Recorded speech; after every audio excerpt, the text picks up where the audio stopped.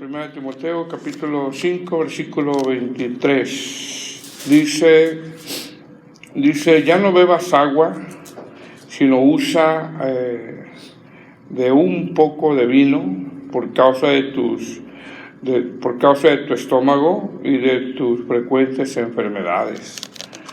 Los pecados de algunos hombres se hacen patentes antes que ellos vengan a juicio, mas a otros se les descubren después. Asimismo se hacen manifiestas las buenas obras, y las que no son de otra manera no pueden permanecer ocultas. Capítulo 6. Todos los que están bajo el yugo de esclavitud tengan a sus amos por dignos de todo honor, para que no sea blasfemado el nombre de Dios y la doctrina. Y los que tienen amos creyentes no los tengan en menos por ser hermanos, sino sirvan en mejor, por cuanto son creyentes y amados los que se benefician de su buen servicio. Esto enseña y exhorta. Bueno, hermanos, puede sentarse.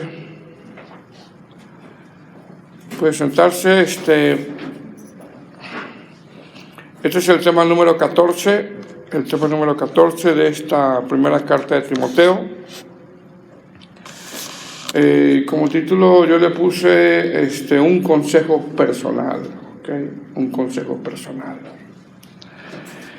El apóstol Pablo ya va terminando todas las recomendaciones a Timoteo, a este joven pastor que ha sido enviado a la iglesia de Éfeso. Todas las recomendaciones que un pastor debería saber y tener para poder llevar la obra del Señor. Amén. Timoteo recibe muchas recomendaciones de parte de Pablo, recomendaciones que tienen que ver para que sepas, esto tiene que ver con eso, para que sepas cómo tienes que conducirte en la casa del Dios viviente, columna y baluarte de la verdad. Todas estas recomendaciones que iba a llevar a cabo este joven pastor en esta iglesia no iba a ser algo fácil.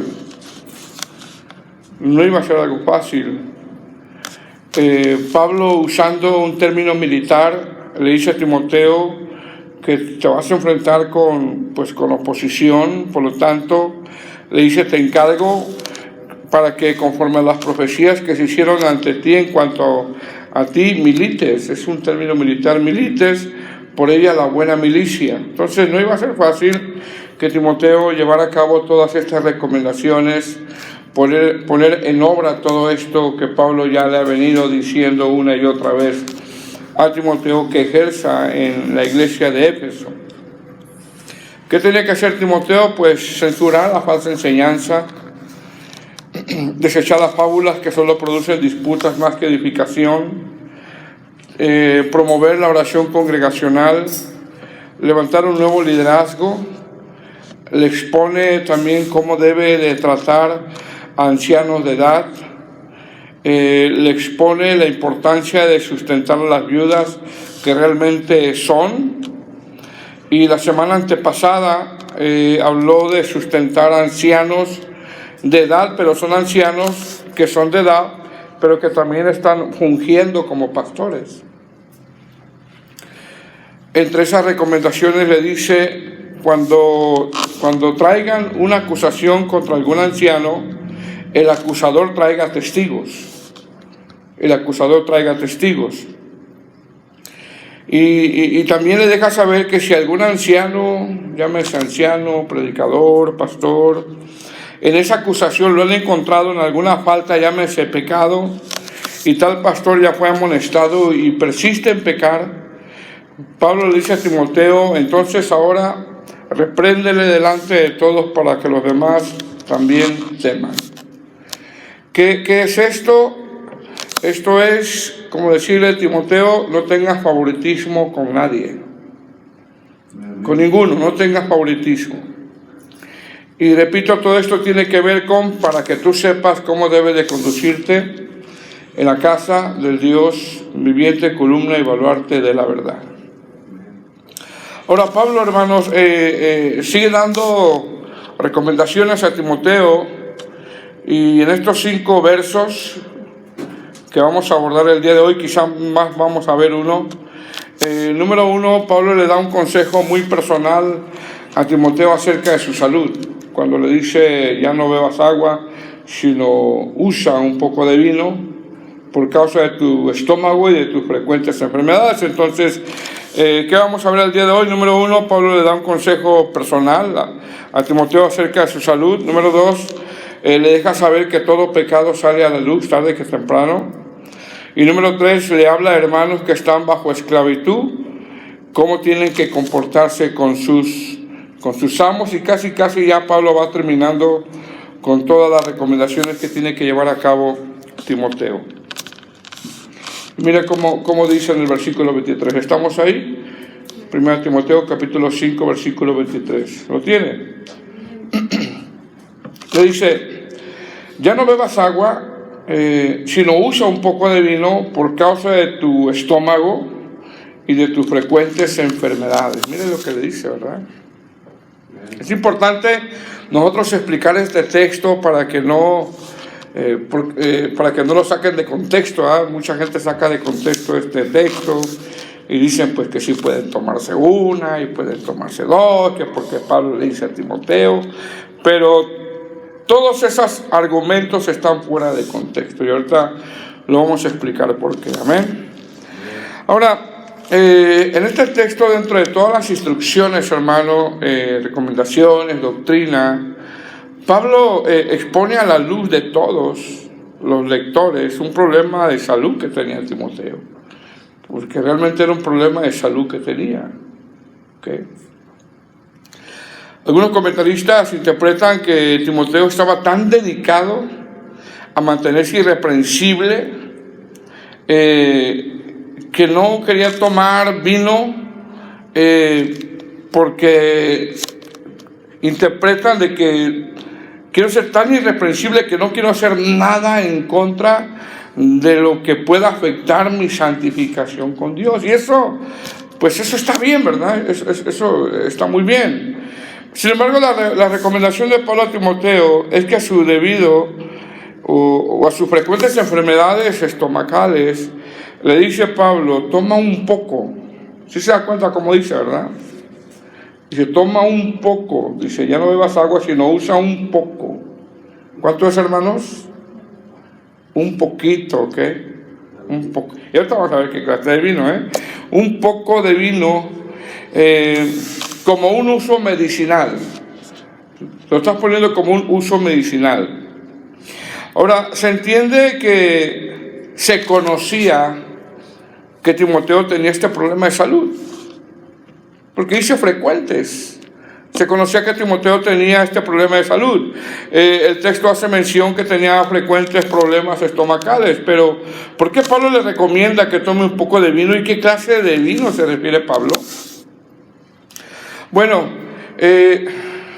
históricamente, y muchos comentaristas lo avalan, creen que en el tiempo donde Pablo le está escribiendo a Timoteo, el agua no era tan limpia, no era tan sana, no era tan pura, no era tan purificada, y esto asumía los problemas estomacales que tenía Timoteo, y que para esos problemas, repito, Pablo se los pone a Timoteo como un uso medicinal. Repito, ¿por qué? Porque en ese tiempo el agua no era tan purificada, no era tan pura, y le da ese consejo, que tome un poco de vino, no como bebida, sino como algo medicinal. Ahora, en el tiempo de ahora, alguien puede tomar este verso y por este verso apoyarse para tomar vino. ¿Lo puede hacer? Bueno, lo puede hacer, pero ¿es aprobado por Dios? No. La respuesta es no. ¿Por qué? Porque ya en este tiempo ya hay agua purificada, en este tiempo ya hay bastantes medicamentos para cualquier problema estomacal, ¿cierto? Hay medicamentos, por ejemplo, para la acidez, hay medicamentos con mucha fibra, y podemos indagar en investigar qué tipo de medicamentos son buenos para el estómago, y ya hay bastantes. Entonces, Pensar que alguien puede tomar un poco de vino por este texto y aplicarlo en este tiempo, la verdad que está fuera de contexto. Está fuera de contexto. Tenemos que entender que le está diciendo un poco y le está aconsejando como un uso medicinal, y en el tiempo de hoy ya hay mucha medicina. ¿Qué tipo de vino le recomienda Pablo a Timoteo? Realmente no era un vino que emborrachaba, no era un vino con alcohol. La palabra que usa el apóstol Pablo aquí para vino es glucón onión, que es un jugo de uva que no está procesado y que no contiene alcohol. Eso es lo que le está recomendando. Entonces, ¿qué está haciendo Pablo? ¿O qué le está pidiendo Pablo a Timoteo? Que haga uso de ese vino, o sea, un vino sin alcohol, no procesado, con un fin medicinal. Eso es lo que le está pidiendo el apóstol Pablo a Timoteo. Repito, en el tiempo de hoy ya tenemos muchas medicinas. Amén. Si usted tiene acidez, pues usted puede tomarse, ¿qué? Un Alka-Seltzer, un Pepto-Bismol. No vaya a decir, no, pues, como ahí dice que vino, me voy a tomar una botella de vino. No, es como algo medicinal. ¿Ok? Ahora, la pregunta es, hermano, ¿Dios podría sanar a Timoteo? Sí lo podría sanar. Sí lo podría sanar.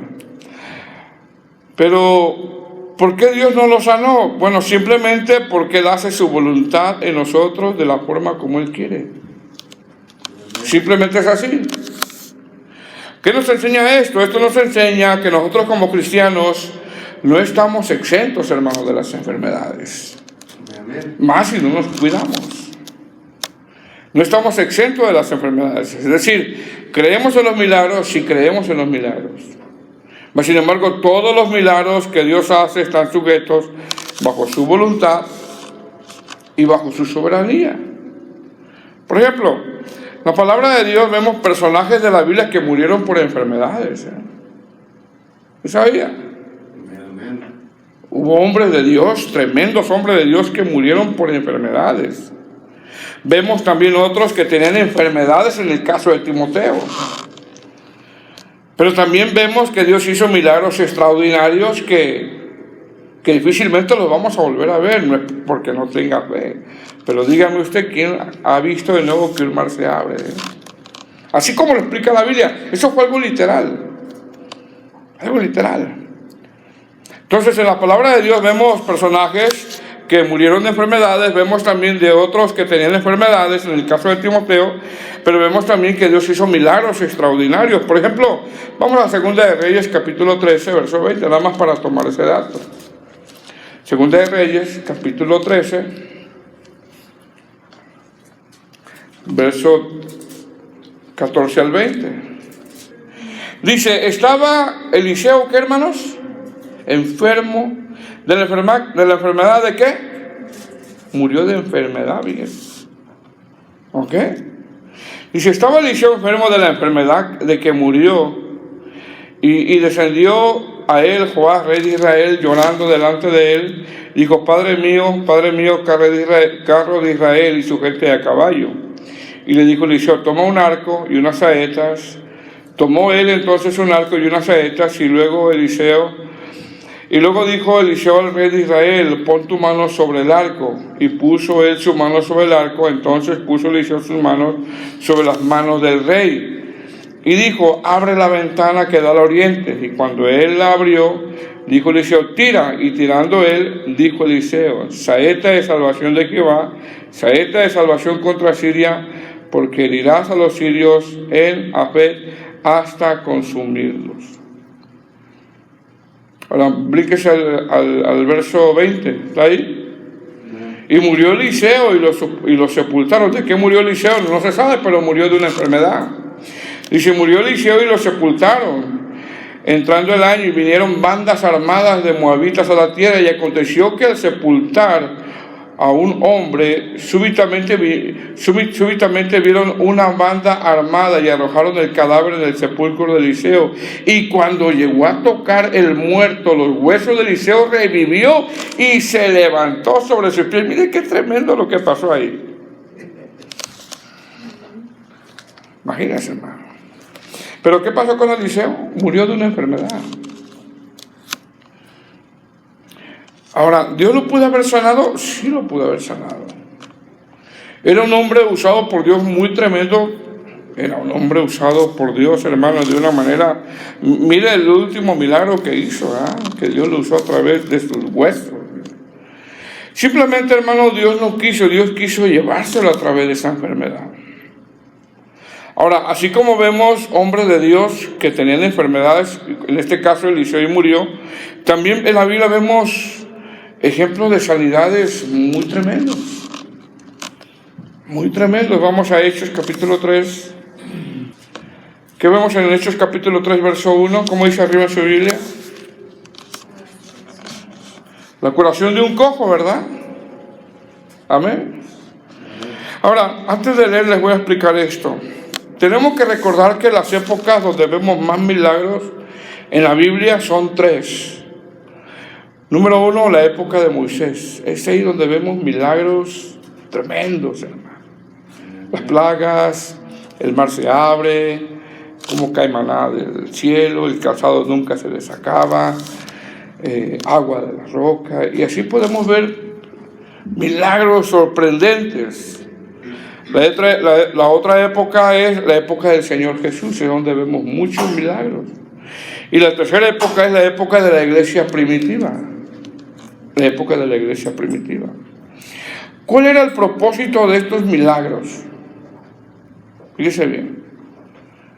En esas 3 épocas es donde vemos cantidad de milagros, milagros sorprendentes, milagros literales. La pregunta es, ¿cuál es el propósito de estos milagros? Número 1, confirmar que Jesús es el Cristo. Ese era uno de ellos. Los milagros que hacía el Señor Jesús era para confirmar que Él es el Mesías. ¿Okay? Número 2, para que se cumplieran algunas profecías cuando se hablaba del Mesías. Por ejemplo, Isaías 35:6, se lo voy a leer. Isaías 35:6 dice, entonces el cojo saltará. ¿Qué estaba pasando aquí en Hechos capítulo 3? ¿Qué hizo el cojo? Saltó. Dice Isaías 35:6, entonces el cojo saltará como un ciervo y cantará la lengua del mudo, porque aguas serán cavadas en el desierto y torrentes en soledad.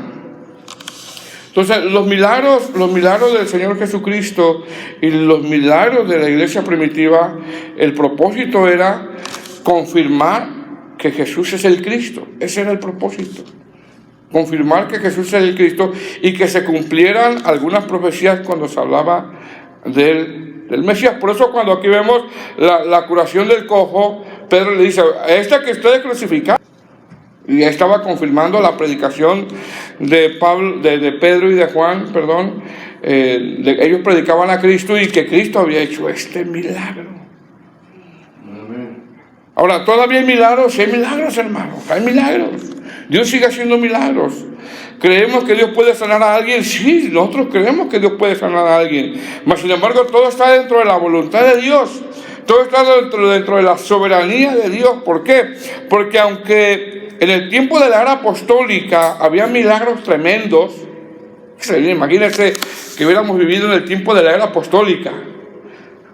No de los apóstoles de hoy, eso es nada que ver, sino en el tiempo de esta era apostólica, Pedro, Juan, Pablo.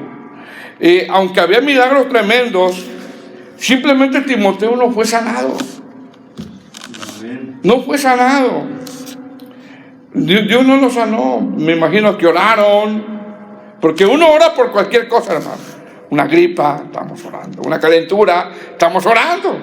Más aquí que dice que tenía sus frecuentes problemas estomacales, Timoteo. Entonces, ¿qué vemos aquí? Vemos cómo Eliseo fue usado de una manera tremenda, pero murió de una enfermedad. Mas, sin embargo, aquí en Hechos capítulo 3 vemos la sanidad de un cojo de nacimiento. Dice que es tremendo. Ay, mire cómo dice. Vamos ahí. Capítulo 3, verso 1. Dice, Pedro y Juan subían juntos al templo a la hora novena, la de la oración. Parece ser que eran como las 3 de la tarde. Dice, y era traído un hombre cojo de nacimiento, a quien ponían cada día a la puerta del templo que se llamaba La Hermosa, para que pidiese limosna de los que entraban en el templo. Mire lo que dice, ¿verdad? Ahora, ¿qué vemos aquí, hermano? Vemos que este cojo lo llevaban a la puerta del templo, como ponen algunos comentaristas, como una estrategia, asumiendo que la gente que entraba al templo iba con devoción. Porque ¿cómo venimos a la iglesia, hermano? Con devoción. Y que cuando salían del templo, fíjese bien, cuando salían del templo, se supone que salían pues con un corazón, como hermano, conmovido. Salían con un corazón, ¿cómo le podremos llamar? ¿Cómo sales tú cuando sales de la iglesia? Con paz, meditando, ¿no? En lo que le habló el Señor a través de la palabra. Imagínense, aquí iban a la oración y cómo salían. ¿Cómo se supone que tenemos que salir de un culto de oración? ¿Cómo? ¿Verdad? Pues más espirituales, ¿no? Más amables, ¿no? Más... ¿Sí me entienden? Seguramente, al ver al cojo, y dice que lo ponían en la puerta, seguramente al ver al cojo, como iban al templo y luego salían, seguramente al verlo se iban a conmover. ¿Y qué iban a hacer? ¿A darle qué? A darle dinero, a darle limosna, ¿verdad? Porque a eso iban al culto, no iban al templo a buscar a Dios, a tener paz, y luego salían, ¿no? Salían del culto. Estoy parafraseando, ¿no? Porque, repito, ¿cómo sale usted del culto, hermano? ¿Cómo sale? Con hambre, dice. Con hambre, ya que se acabe, que tengo hambre. No sale conmovido, el Señor me habló. A veces sale uno con hambre, a veces quiere comer uno el buffet, ¿no? Bueno, como ponen algunos comentaristas, era como una estrategia de poner al cojo ahí, porque se supone que iban al templo a orar y luego salían más espirituales, y al verlos iban a conmover, entonces le iban a dar limosna. Verso 3, mira lo que dice. Dice, cuando vio a Pedro y a Juan que iban a entrar en el templo, ¿qué hizo el cojo, hermano? Le rogaba, fíjese. Entonces, ¿qué usó el cojo? Usó su boca, ¿no? Yo no sé si sabía su nombre o no, ¿verdad? No sé, pero dice que le rogaba. No sé si le decía, hey, tú, el de negro, sí, tú.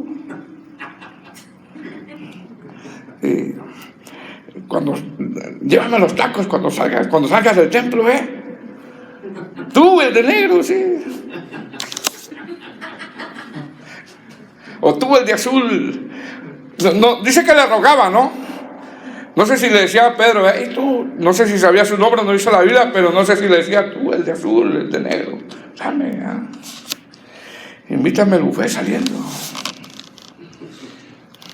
Y dice lo que dice, cuando vio a Pedro y a Juan que iban a entrar en el templo, les rogaba que le diese limosna, los tenía bien identificados, les estaba rogando. Verso 4, Pedro con Juan fijando en él los ojos, le dijo, míranos. Entonces él le estuvo atento, esperando a recibir, ¿qué, hermanos? Algo de ellos.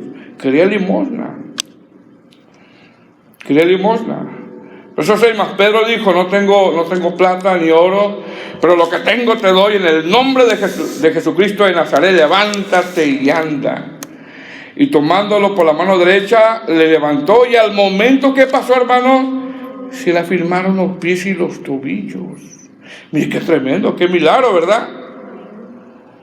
¿Qué vemos aquí? Una sanidad física, una sanidad sorprendente, una sanidad que no fue mejorando poco a poco, ¿ok? Fue una sanidad al instante, no es algo que, pues quizás necesitas terapia, ¿no? O necesitas masajes, o necesitas una bota para caminar, ¿no? O unas muletas, ¿no? No, fue una terapia, fue una sanidad rápida, hermano, instantánea. Todos los nervios, imagínense, hermano, de nacimiento, todos los nervios, los tendones, los huesos dormidos al instante fueron sanados, algo literal. Imagínense no poder caminar desde que nació. Médicamente quizá que le dirían, pues necesitas ir a terapias, pomada, una bota para que puedas caminar, no sé. No, hermano, Dios lo sanó. Instantáneamente Dios lo sanó. ¿Qué dice el verso 8? Y dando unos pasitos como los bebés, no dice así, ¿verdad? Y saltando, mire qué dice, saltando, se puso en pie y anduvo y entró con ellos en el templo, andando y saltando y alabando a Dios. ¿Qué dice Isaías, el texto que le dije? El cojo saltará. Fíjese. Es decir, cuando vieran estas cosas, estas señales por la predicación de Pedro y Juan, eso confirmaría de que el Cristo que ellos predicaban era el Mesías. Ese era el propósito del milagro. Verso 9. Y todo el pueblo le vio andar y alabar a Dios. O sea, era muy conocido, hermano. Verso 10. Y le reconocían que este era aquel que se sentaba a pedir limosna a la puerta del templo de la hermosa, y se llenaron de asombro y de espanto por lo que había sucedido. Ahora, la gente que iba al templo conocía las escrituras, sabían lo que decía el profeta Isaías, sabían cuál era el propósito de esta sanidad, que se cumpliera lo que se hablaba del Mesías. Simplemente que se cumpliera lo que hablaban las profecías del Mesías. ¿Qué había aquí? Había un culto a oración. Quizá no hubo culto de oración ese día. Quizá los que se venían a dormir a la oración se despertaron.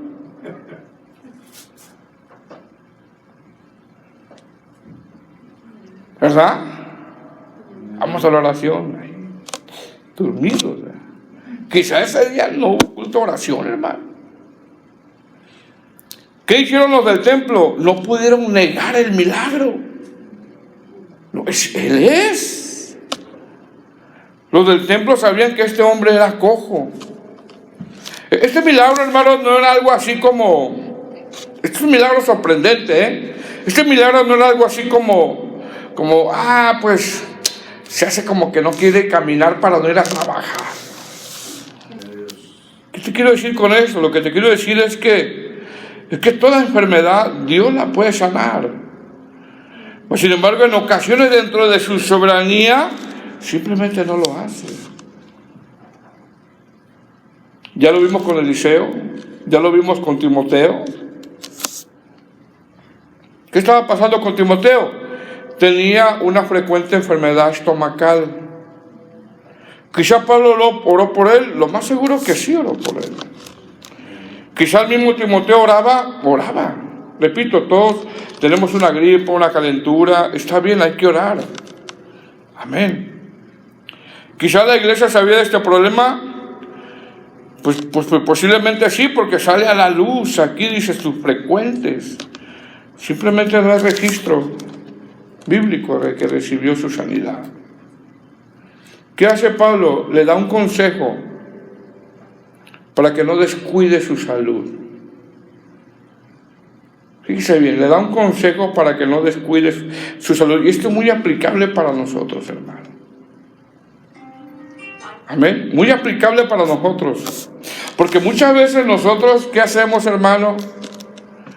Descuidamos nuestra salud. Esperamos a estar enfermos para empezar a cuidar de nuestra salud. Lo que comemos, lo que tomamos. ¿Se me explico? Amén.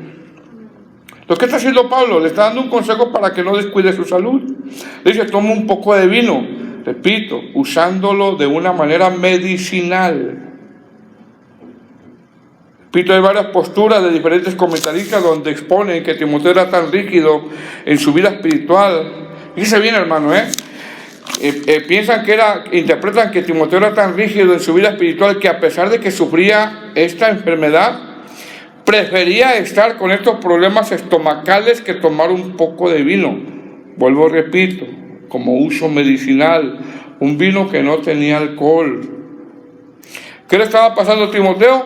Su salud estaba siendo afectada. Tenemos que estar equilibrados, amén. Hace algunos años, hermanos, no sé si todavía, se levantó una corriente teológica muy mala dentro de las congregaciones, donde enseñaban que si te enfermabas, decían, si alguien se enferma es porque está endemoniado. Si alguien se enferma es porque anda en pecado. Si alguien se enferma es porque Dios ya lo abandonó. Si alguien se enferma es porque está en maldición. Y asumían que un cristiano no podía enfermarse. ¿Cómo aplicarían este problema de enfermedad que tenía Timoteo? O Eliseo, que murió de una enfermedad. Repito, ¿creemos en los milagros? Sí, creemos en los milagros. ¿Creemos que Dios puede sanar? Creemos que Dios puede sanar. Pero todo está bajo su soberanía. La pregunta es, ¿cómo aplicarían esto que pasaba en la vida de Timoteo? Repito, ¿qué tipo de vino le recomienda Pablo a Timoteo? Del griego glucononión, que es un vino dulce que no tenía alcohol. Entendemos que en ese tiempo el agua no era muy sana, no era purificada, y lo está usando un poco como un uso medicinal nada más. ¿Lo podemos hacer ahora? Pues no, ya tenemos medicamentos. Ya hay suficientes medicamentos. ¿Qué toma para la calentura? Está lleno. Yo mi fe. No, toma un poquito de Tylenol. ¿Qué toma para la tos? Toxilina. ¿Verdad? Mi fe. No, toma un poquito. Uno tiene que estar equilibrado. Amén. Y eso es precisamente lo que Pablo le está pidiendo a Timoteo. Verso 24. ¿Estamos ahí? Verso 24. Vamos terminando ya. Dice, los pecados de algunos hombres se hacen patentes antes que ellos vengan a juicio, mas a otros se les descubren después. Recordemos de qué está hablando Timoteo. Está hablando de los ancianos, ¿verdad? Y como que aquí entre medio de repente le da un consejo personal, pero después sigue con la misma línea de pensamiento Pablo. Y le dice, los pecados de algunos hombres se hacen patentes. ¿De quién está hablando? Pues de los mismos ancianos, según el contexto. Aquellos que han sido acusados. Pablo viene dando recomendaciones de aquellos ancianos que son acusados y reprendidos por algún pecado. Y le dice, bueno, si ya lo reprendiste y no quiero que sepas que los pecados de algunos hombres se hacen patentes. Okay. Se entiende, hermano, se entiende que uno como pastor o a un pastor se le hace difícil reconocer el pecado. Se hace difícil reconocer el pecado. Amén. Se hace difícil. Es como si le dijera a Pablo a Timoteo, ¿sabes qué, Timoteo? Todo pecado trae juicio, todo pecado trae disciplina, todo pecado sale a la luz. Entendamos en los contextos que Pablo está hablando de los pastores o los predicadores o los ancianos que están siendo acusados, y una vez que sí descubren que están en pecado y no quieren reconocer su pecado, Timoteo tiene que reprenderlos delante de todos. Muchas veces a un pastor se le hace difícil aceptar el pecado, pero sale a la luz. El último sale a la luz. Amén. El pecado. Amén.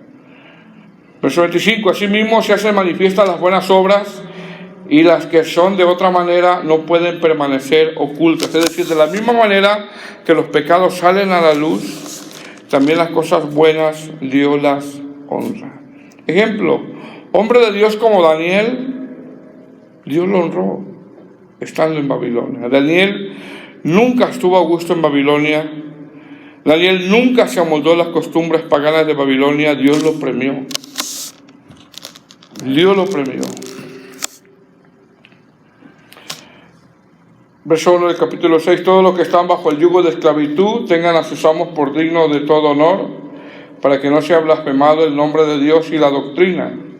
Y los que tienen amos creyentes no los tengan en menos por ser hermanos, sino sírvanles mejor por cuanto son creyentes y amados los que se benefician de su buen servicio. Esto enseña y exhorta. Amén. Vamos a seguir el próximo miércoles. Amén, hermano. Ponemos de pie.